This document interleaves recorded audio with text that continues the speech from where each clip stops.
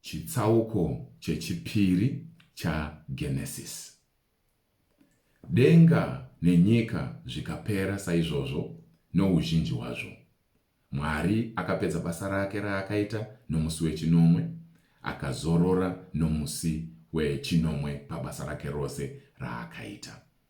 Mwari akaropafadza musi wechinomwe akauita mutsvene nokuti wakazorora nawo pabasa rake rose raakanga asika nokuita iye Mwari. Kusikwa kwavanhu vokutanga nokuiswa kwavo muEden ndiko kuwamba kwedenga nenyika musi wazvakasikwa. Nezuva irero Jehovha Mwari raakasika naro nyika nedenga, makwenzi esango akanga achigere kuvapo panyika, nemiriwo yesango yakanga ichigere kumera. Nokuti Jehovha Mwari wakanga asati anisa mvura panyika, uye kwakanga kusino munhu kuzorima pasi. Asi mhute yaisikwira ichibva panyika ichinyorovesa nyika yose. Jehovha Mwari akaumba munhu neguruva revhu, akafuridzira mweya woupenyu mumhino dzake, munhu akava mweya mupenyu. Jehovha Mwari akasima munda muEden, kumabvazuva akaisapo munhu waakanga aumba. Jehovha Mwari akameresa pasi miti yose inofadza meso neyakanaka kudya, uye muti woupenyu pakati pomunda nomuti wokuziva zvakanaka nezvakaipa. MuEden mukabuda rwizi kuzodiridza munda uyo, rukaparadzana ipapo dzikaita hova 4. Zita rorwokutanga ndiPishoni, ndirwo runopoteredza nyika yose yeHavira pane ndarama ipapo. Ndarama yenyika iyeyo yakanaka, uyewo pane dheriumu nebwe reonikisi.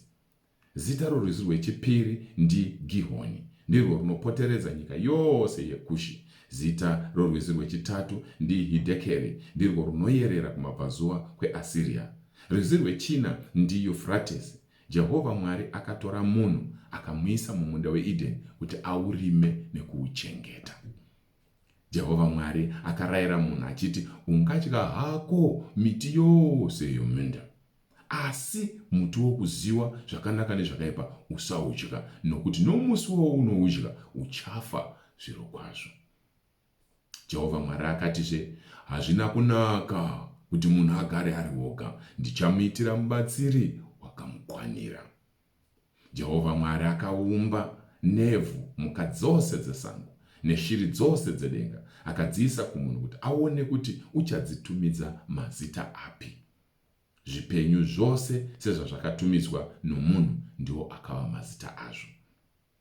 Munhu akatumidza zvipfuwo zvose mazita neshiri dzedenga nemhuka dzose dzesango, asi kwakashayikwa mubatsiri wakamukwanira iye munhu.